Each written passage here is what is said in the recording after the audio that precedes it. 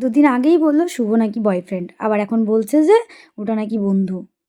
কী যে বলবো, এই ধরনের কমেন্টগুলো খুব দেখতে পাচ্ছি। মানে কয়েকদিন থেকে একটা ভিডিও আমি দিয়েছিলাম এরকম, তো সেখানে এই কমেন্টটা এসেছিল। সরি, একটা ছবি আপলোড দিয়েছিলাম। আচ্ছা, আমার কাছে সেই মানুষ সেই মানুষটার জন্য একটা প্রশ্ন থাকলো যে আ ভালোবাসার মানুষ কি একজন ভালো বন্ধু হতে পারে না?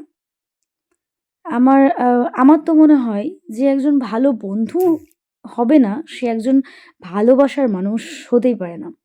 হ্যাঁ, তো আমি সেটাই বলছি। অ্যা শুভকে দেখেছেন তো? সত্যি বলছি, ও আমার সবচেয়ে কাছের বন্ধু। যার কাছে আমি মন খুলে হাসতে পারি, যার কাছে আমি মন খুলে কান্নাও করতে পারি। যদি আমি যার সামনে আমি হাসতে পারি, যদি আমি কান্না করতে না পারি, তাহলে সে আমার কি করে ভালোবাসার মানুষ? বা সে সত্যিই আমার কাছের মানুষ তো? আমি এই মানুষটার কাছে হাসতেও পারি, আবার কান্নাও করতে পারি। হাসিটা তো সবাই দেখে, তাই না? হাসতে তো সবার সামনেই পারা যায়। কিন্তু কান্না করতে পারা যায় সবার সামনে? কিন্তু হ্যাঁ, এই সেই মানুষটা যার সামনে আমি আমার মন খুলে কান্না করতে পারি। মন খারাপের কথাগুলো আমি বলতে পারি। যে আমার দুঃখের সময় আমার পাশে থাকে। আমার কষ্টের সময়টা আমার পাশে থাকে।